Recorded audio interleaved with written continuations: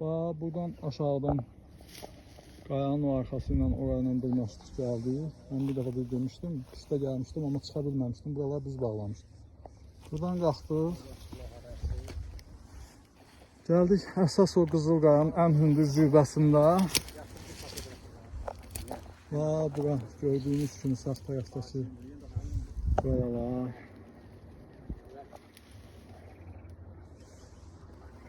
Bura. Tamam, belə gedər. Ha. İndi Samir ilə Ramil bayraqlarımızı düzəldirlər. Maşallah, nə gözəl bir görüntü. İndi külək bunları düzəldəcəklər. Biraz külək əsdi, pis yox.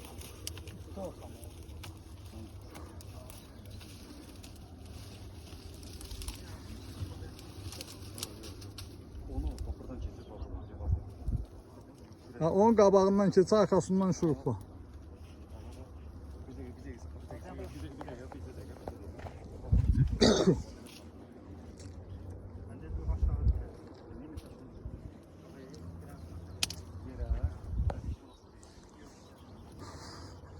Sen balacadan böyüyə şurupla.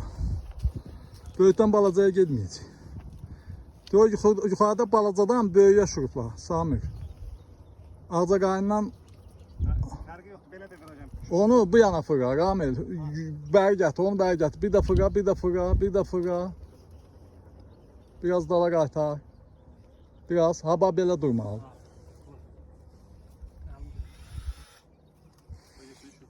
Yaxşı, deyil, çətin gedəm.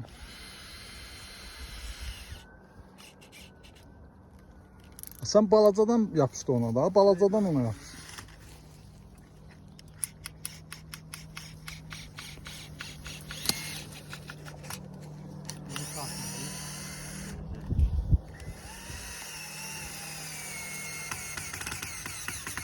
Ha, şimdi Birini de aşağı bağla. Keş belə bir dənə buradan vurun.